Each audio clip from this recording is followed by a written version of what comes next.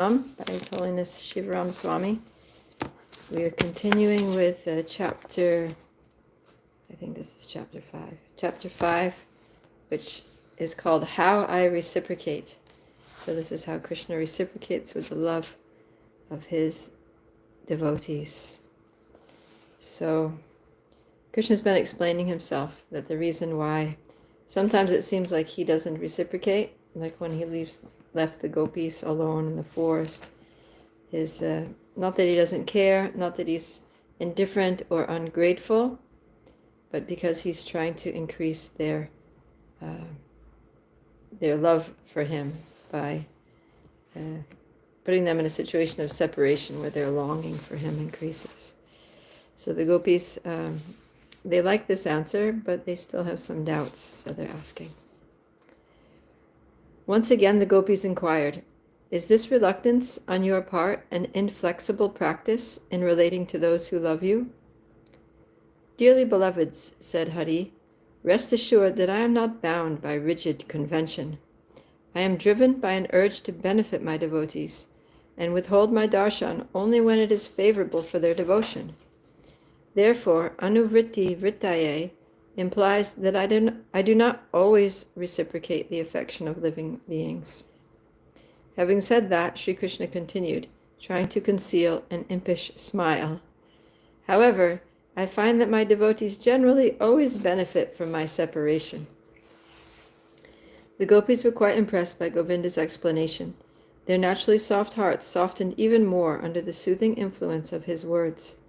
Exchanging knowing glances, they said, "It is well known that Sri Krishna never undertakes any project in which he is not a beneficiary. Pray tell, in what way does he profit by the increased love of his devotee?"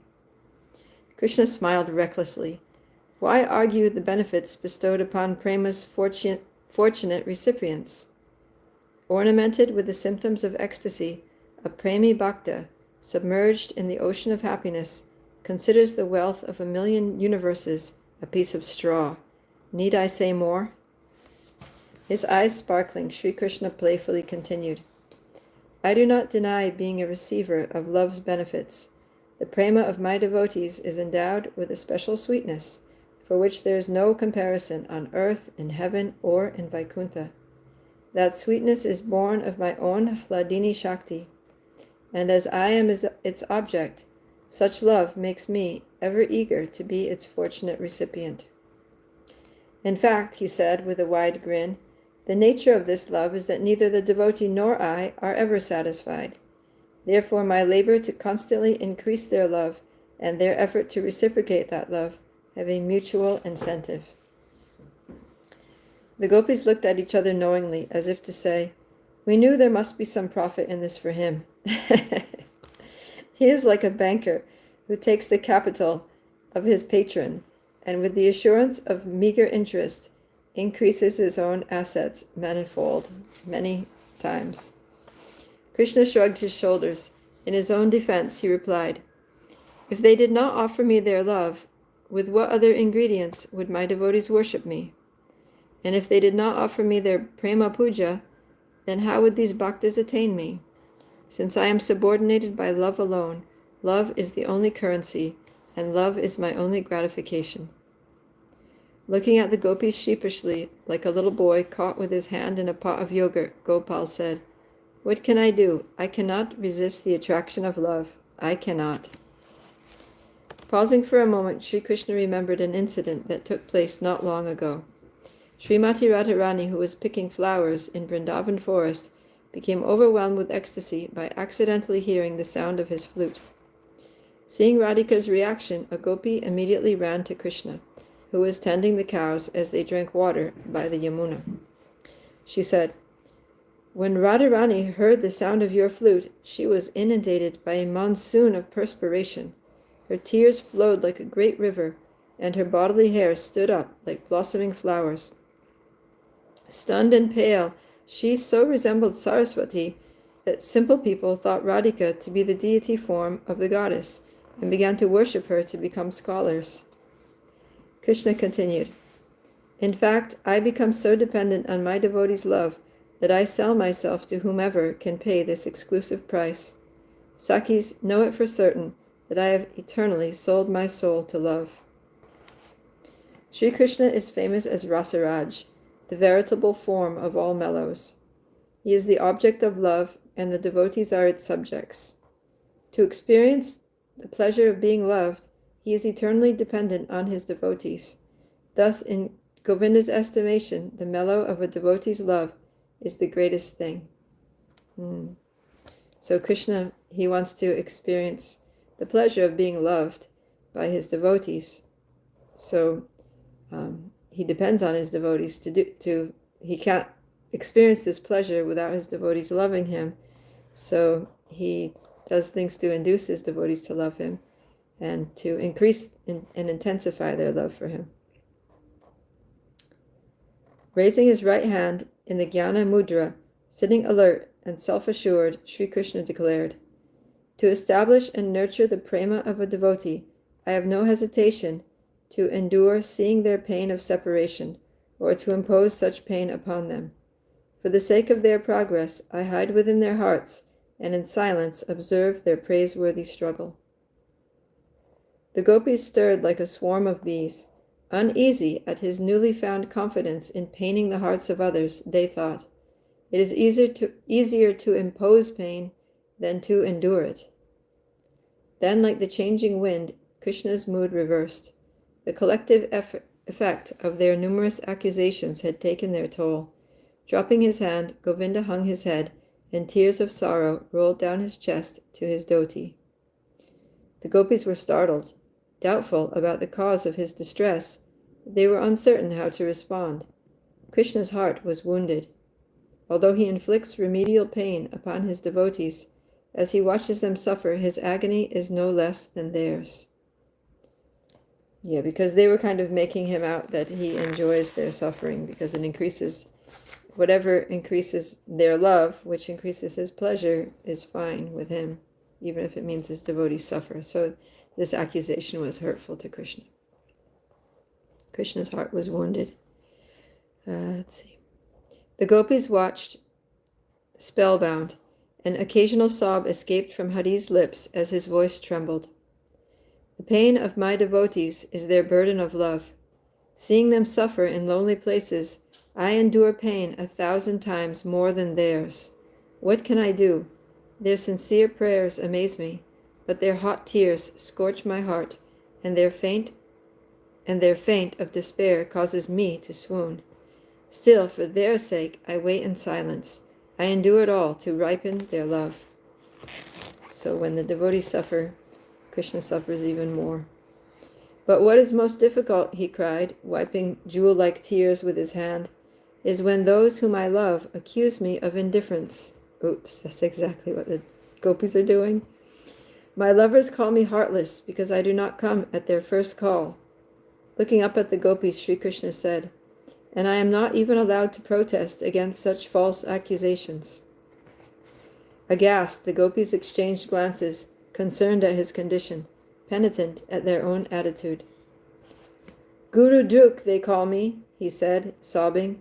"They say I am ungrateful, indifferent, but I am always full to overflowing with love. I am always full to overflowing with love for my devotees. Not only that, but wherever such love appears, I am also there." Composing himself, Krishna said deliberately, "Because I desire that my devotees ascend to higher grades of love, I have earned a reputation of being ungrateful. Such are the wages of love." Sri Krishna revealed his heart to his dearest ones. They had suffered with plaintive cries, but he had suffered in silence. That silence was misunderstood as indifference, but it was not so. Who is more compassionate than Shyamasundar? He is so eager to dispense the gems of prema that he is willing to suffer being slandered by the very devotees to whom he gives himself. Such are the wages of love. Thus explaining to the gopis why he withheld his love, and describing to them how he reciprocates, Sri Krishna said, "I am controlled only by love. Whoever successfully completes the trials of love, always absorbed in meditation on me, calling my names with hearts filled with remorse, finds me forever, never to lose me again." Wow, let me read that again. because this is what we want to know, how to find Krishna forever and never lose him again. Whoever successfully completes the trials of love, always absorbed in meditation on me, calling my names with hearts filled with remorse, finds me forever, never to lose me again. So he's saying that whatever trial we're going through, we need to stay always absorbed in meditation on Krishna and calling out his names with hearts filled with remorse. Only to increase the love of my devotees do I bestow hardship upon them, and in so doing, incur my own sorrow. The gopis were deeply touched by Krishna's revelation. He had opened his heart and feelingly revealed its contents. They accepted that he was not indifferent, and although his methodology pained them, the gopis understood that Govinda desired only the welfare of his devotees. By such conclusions, Vrindavan's beauties, the gopis, were confident that their beloved was not a guru druk, and with a sigh of relief they withdrew their accusation. Yet certain questions remained unanswered, and as long as they did, the gopis would remain fearful of Krishna's attitude. All well and good, they said, after Sri Krishna regained his divine composure. We fully accept your strategy for the upliftment of aspiring sadhakas and refinement of the love of Siddha Mahatmas. But do we fit in the category of such ordinary devotees? Why should we, your eternal consorts, be treated like them? That is our first question. So they're saying, I see how you do this with sadhakas, because they need to be purified and develop their attachment for you. But we're already pure. We're already your eternal associates. We're your eternal consorts. We eternally love you. And so why do you do this with us? Hearing the words of his gopis, Krishna blushed slightly, but remained serene and attentive to their carefully considered arguments. Do you not understand the obstacles we overcame solely for your pleasure? Do you not recognize our sacrifice? They inquired. If to these queries you, in your usually suave manner, say, My dear Sakis, no one is as dear to me as you, I certainly know the extent of your selfless sacrifice, then we will reply, if that is so, if we truly occupy a unique place in your heart, then for what reason did you abandon us, as you would ordinary devotees? Govinda had conquered the kingdom of the gopis' minds with his seductive logic and unparalleled charm. Like a king occupying another land, he foresaw that the conquest of arms must necessarily be followed by a conquest of the heart. To reawaken the gopis' eagerness for the intimacy of the rasa dance, he would have to resolve these final objections before they would fully comply with his desires. While absorbed in such thought, Sri Krishna looked to his treasured girlfriends, sitting patiently but eager for some immediate response. A moment or two passed. Since that Sharat night had been extended to the duration of Brahma's night, those moments were like months. Did Sri Krishna understand the extent of the gopi's sacrifice? Did he? Being the supersoul of all, how could he not understand? And as the master of Yogamaya, how could he not know their sacrifice?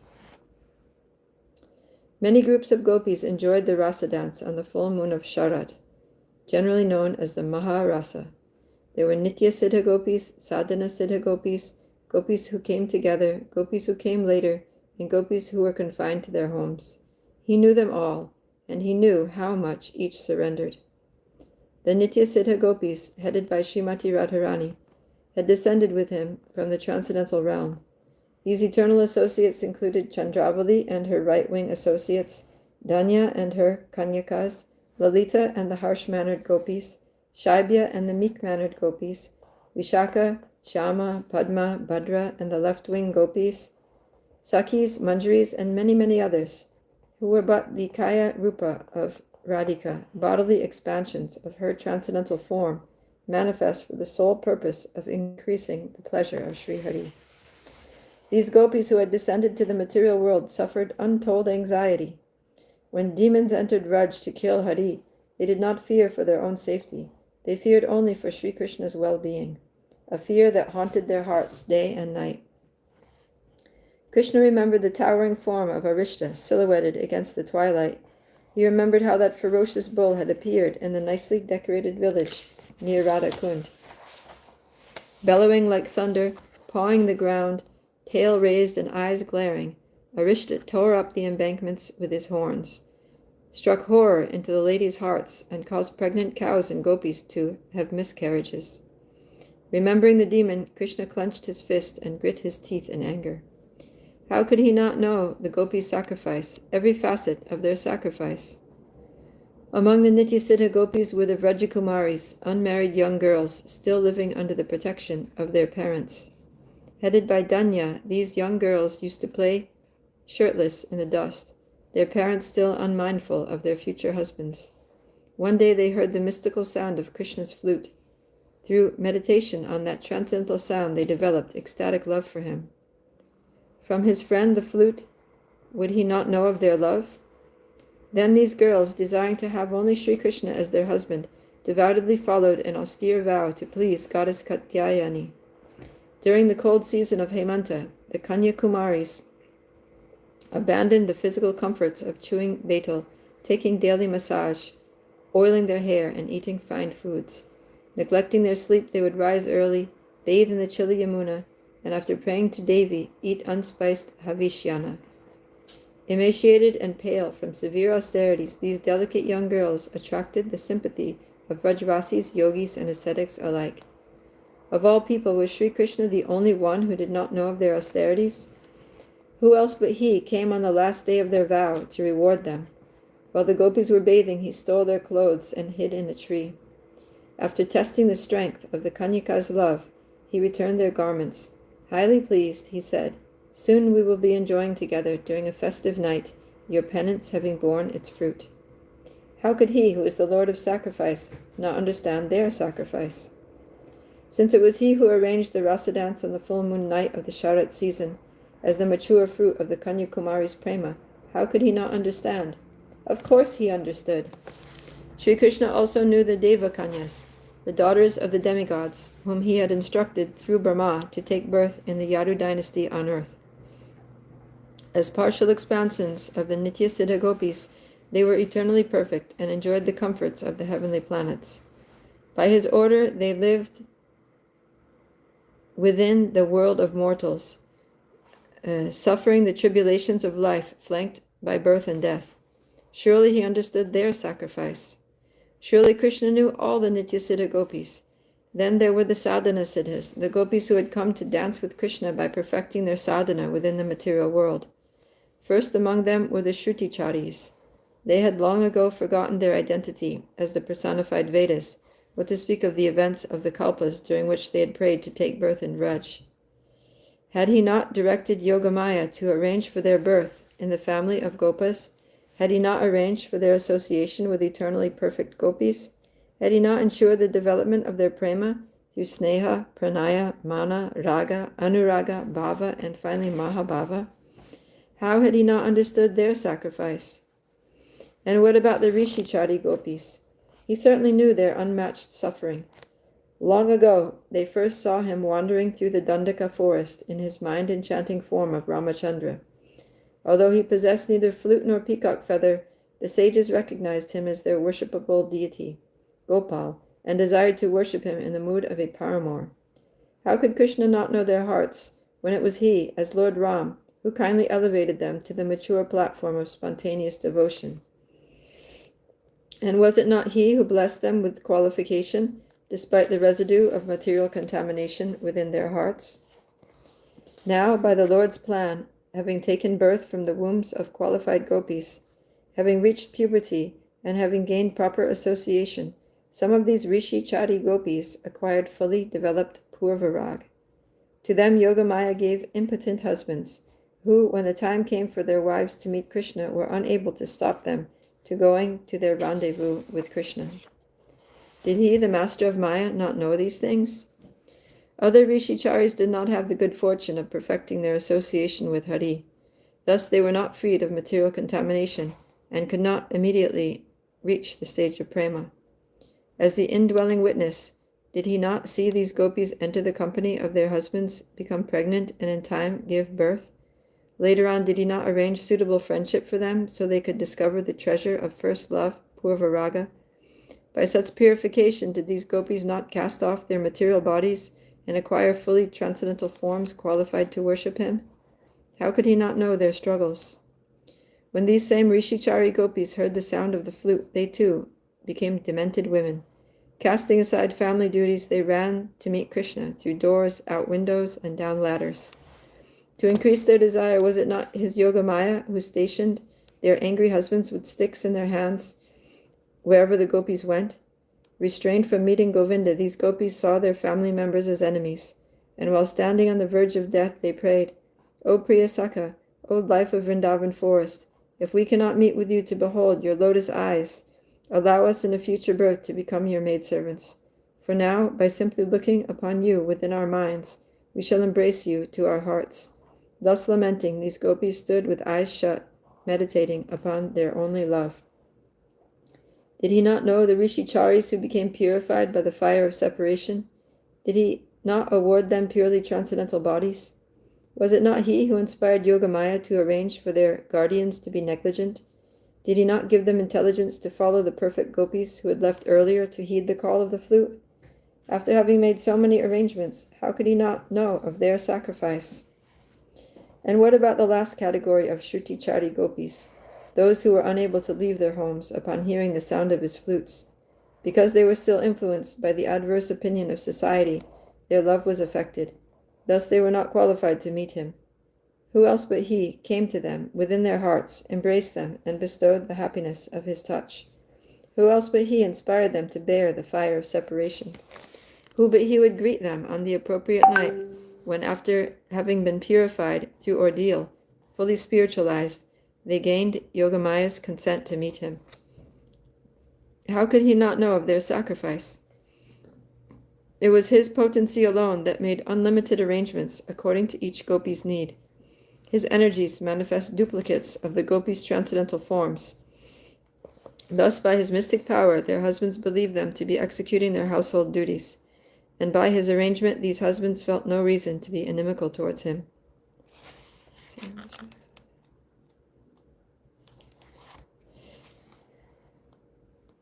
For the gopis with infants, Sri Krishna assured further immunity from their husbands. By making them appear like haunted beings, he gave them relief from breastfeeding. By urging their families to shun them, he freed them of all domestic responsibilities. And finally, it was he, and only he, who enticed them to enter the circle of his eternal paramours. Is there a question that he misunderstood the sacrifice of all classes of gopis? Those beautiful girls of Vraj, who risked condemnation of society, who abandoned the shelter of their superiors, who rejected the reputation of their families, and who renounced everything to bring him pleasure without receiving any tangible benefit for themselves, how could he have overlooked their surrender? Krishna turned to the expectant gopis. They were slender and delicate girls, accustomed to the opulence secured from cow protection. They were decorated with golden ornaments, pearl necklaces, and dressed in costly saris. Some played with their braids, others gazed at his face, while others drew patterns in the sand with their toes. But these girls' love nourished a courage unmatched by austere rishis, meditative yogis, learned gyanis, or even great sannyasis. Moved to allay their doubts and pacify their hearts, Krishna clarified his position further by saying, and this is the Bhagavatam verse, Evam marato jita loka veda swanam hivo mayanu bala maya paroksham bhajata tirohitam masuyitam marhata tat priyam priya. My dear girls, understanding that simply for my sake you have rejected the authority of worldly opinion, of the Vedas, and of your relatives, I acted as I did only to increase your attachment to me. Even when I removed myself from your sight by suddenly disappearing, I never stopped loving you. Therefore, my beloved gopis, please do not harbor any bad feelings towards me, your beloved. The gopis were satisfied upon hearing this last revelation. Sri Krishna was sympathetic to their sacrifice. 2 questions remained. First, did he understand their unparalleled surrender? Second, if he did, why did he treat them, whose love had proven to be superlative and unique, as ordinary bhaktas. Sri Krishna said, "My dear ladies, no one knows your sacrifice better than I, and no one appreciates your love more than I. I can never leave you, any more than iron filings can leave a magnet. Therefore do not think I abandoned you." Relishing the sweetness of his words, the gopis said, "If you did not leave us, then why could we not see you?" "In truth," Krishna replied, "I vanished from your sight to observe the intensity of your love. As you well know, the ornaments of love and separation decorate the mood of love and union." Somewhat incensed, the gopis replied, "But why test us at the cost of such pain?" Choked with emotion, Krishna cleared his throat and said, "Even though I vanished from your sight, I was watching your display of loving separation. While doing so, I was overwhelmed." Smiling, the gopis glanced at one another. "When I saw you acting out my pastimes, as I played with my friends, herded my cows, served my parents, sported with you, and killed many demons, I was stunned. Rooted to the spot, I could not move. Sakis, I have never witnessed such intense and pristine love as yours." At a loss for words, Sri Krishna paused for a moment. Then he said, "How could I abandon you? O beautiful ladies of Vraj, I could not even take my eyes off you. And when you began to sing," he continued, "the charming melody of your songs, the poetic expression in your words, the depth of emotion in your voices, absorbed my very being. I was beside myself, lost in complete meditation upon you. I could not move." In plaintive voices, the gopis asked, "But why did you not appear as we were about to die?" Krishna replied, "Being fixed at my hiding place, I reciprocated your love from there." The gopis raised their eyebrows in disbelief. "It is true," he continued, "your bodily life heirs desired to leave, but only because I reciprocated your love did they consent to remain in your beautiful bodies." "From where did you observe us?" asked the gopis. Krishna answered, "I was behind every tree, bush, and boulder. You know I am all-pervading. Dear ones, do not doubt me." They did not doubt him. They believed him, although they failed to understand how, being bound to their hearts by the ropes of their love, he managed to free himself in the first place. Being simple village girls, they accepted his words and responded by showering him with mild smiles and bashful glances. Only one more question remained. If Sri Krishna truly knew the glories of the gopis' love, why did he treat them as he would other devotees? Anticipating their inquiry, Sri Krishna said with folded hands, "My dear Gopikas, you are my very life. Now please listen to what I have to say. When we wandered through the forest, enjoying ourselves with the blessings of blossoming flowers, humming bees, and the silver moon, you all thought yourselves the most fortunate of girls. In that condition, you forgot yourselves in ecstasy." Embarrassed, the gopis looked to the ground as Krishna continued, "I thought your pride would hinder our enjoyment in the rasa dance. For that reason, I disappeared." So, at long last, Sri Krishna had finally admitted that the gopis' love was incomplete. After so many sweet words extolling their virtues, he now explained his disappearance as a tactic to increase their love. To ensure that they would not misunderstand, Gopal immediately clarified his statement. "Not that your love is deficient," he asserted. "I know this was but one side of your many-faceted love. The pride of your love does not even hint at a sense of inferiority." "Then what defect did you want to correct?" they thought. Sri Krishna explained, "I did not correct a defect. I invoked a different aspect of your love." The gopis looked at one another, uncertain of his intentions. "It is like this," he said. "My desire was to perform the rasa dance with you. For that, all participants had to be united in a common mood. Only then would the dance be successful. When you came from your homes, and when we enjoyed in the forest, you were all absorbed in your individual moods. For you, there was nothing but me and our love. Although perfect in every way, each of our relationships was exclusive, leaving no room for a third person, what to speak of millions." The gopis thought, "Why not unite all the gopis by simply explaining your desire to dance with all of them?" Sri Krishna smiled. "Your loving absorption was too difficult to break. Had I done so, a loving conflict would have arisen as each of you saw the others as impediments to your love. That would have obstructed our dance. For that reason I disappeared. Sharing a common loss, you became united in an instant, and my purpose was quickly effected." The gopis no longer argued the wisdom of Krishna's behavior. They only desired once again to hear his judgment on their love.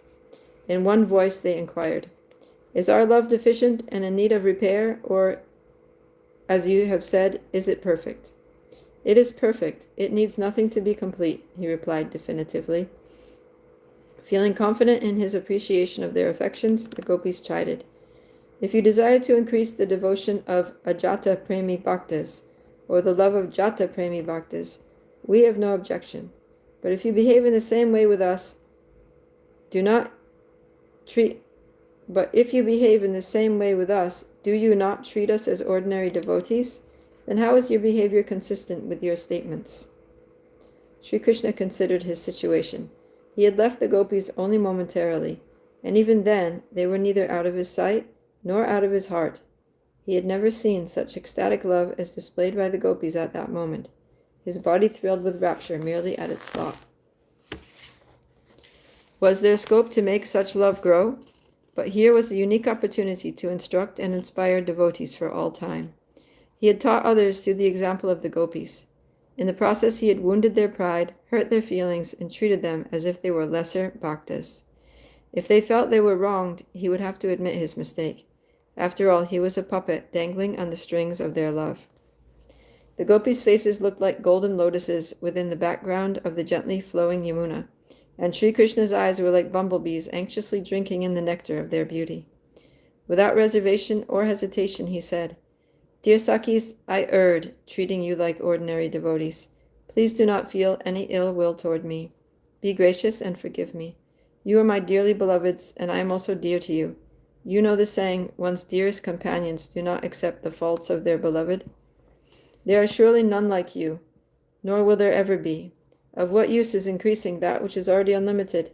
I acted to show other devotees the depth of your love, and how I respond to that love. In doing so, I have caused you pain. Please forgive me for hurting you by being inconsiderate of your feelings." With that, Sri Krishna stopped speaking, folded his hands, and offered his pranams to the gopis. Revealing the innermost depths of his heart, the most confidential conclusion of love, and the ultimate expression of truth, with a voice quivering with emotion, he said, "Naparayeham niravadya samyujam swasadhu krityam vibuddha yusapiva yama bhajam durjarageha shrinkala samvrishtya tadva pratiyatu sadhuna." I am not able to repay my debt for your spotless service, even within a lifetime of Brahma. Your connection with me is beyond reproach. You have worshipped me, cutting off all domestic ties, which are difficult to break. Therefore, please let your own glorious deeds be your compensation. Hearing these compelling words, all of Vrindavan stopped. The mountains, rivers, forests, and trees, the deer, peacocks,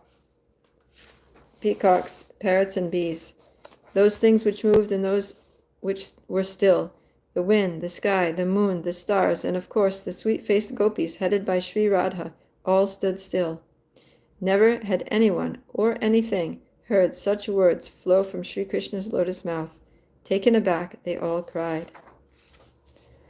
The hearts of the gopis are like transparent pools of love, and Sri Krishna is like a black swan plying in the waters of those pools.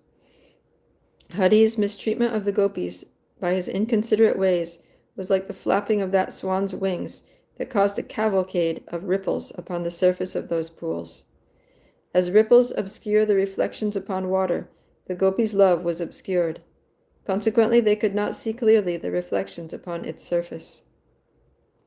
But after being humbled by the gopis' questions, Krishna's attitude changed, and his words of love consoled his sweethearts. Seeing him so kindly disposed, the gopis' minds were pacified. Their pool-like hearts again became calm. Now, peering into their hearts' watery depths, the gopis saw the glory of their love further enhanced. How amazing! How could their love, which was without limit, increase? And how had the secrets of their hearts been revealed to others? As they gazed upon the mirror-like surface of their love, the darlings of Vraj beheld their only lover. He looked at them with tear-filled eyes and a sweet but knowing smile. Seeing the twinkle in his eyes and his trembling lips, the gopis understood he had tricked them once again. In their overconfident cleverness, the gopis had planned to expose his ungratefulness, only to succumb to his designs. They had conspired to ensnare him in a net of well-laid riddles, but it was they who had been caught.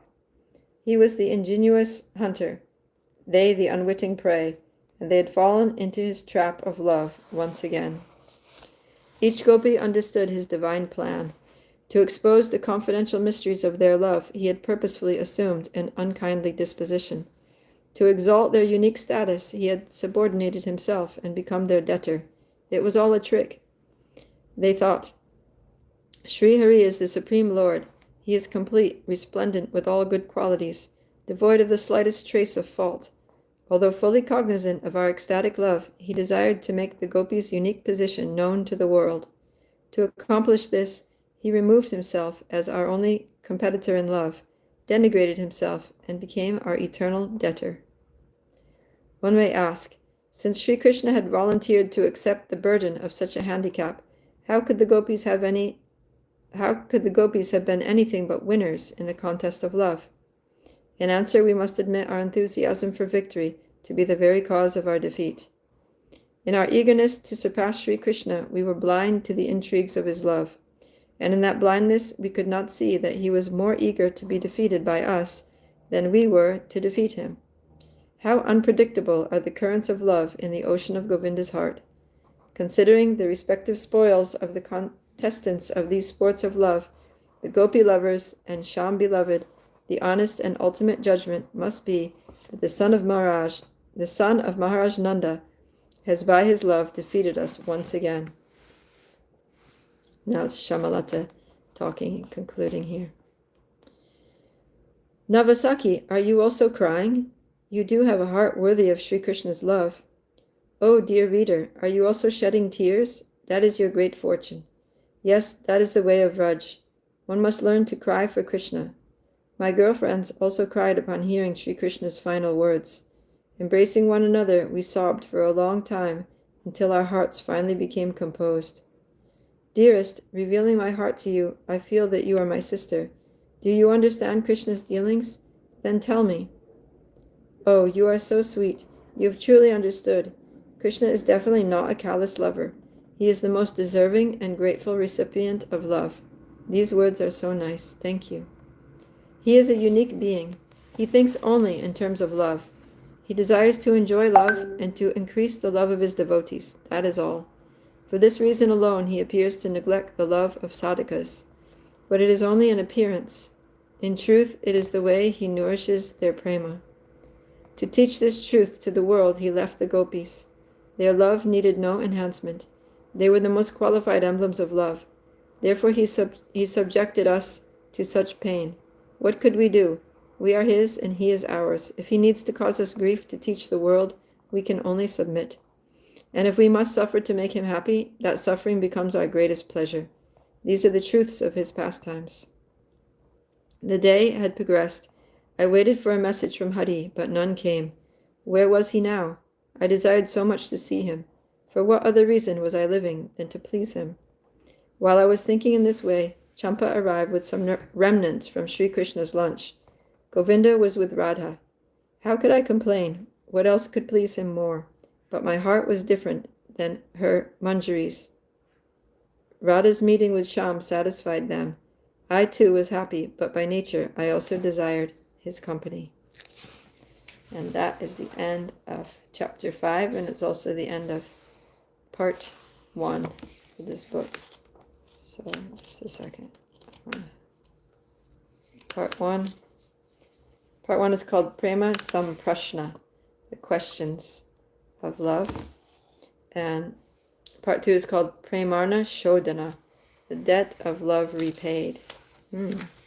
So Krishna just said that he was eternally indebted to the gopis and he could not repay them, even in the lifetime of Brahma. But now the next section says the debt of love is repaid. So stay tuned to see how Krishna is able to repay this unpayable debt. Hare Krishna. We'll see you tomorrow. Same time, same place. Srila Prabhupada ki jai. Hare Krishna.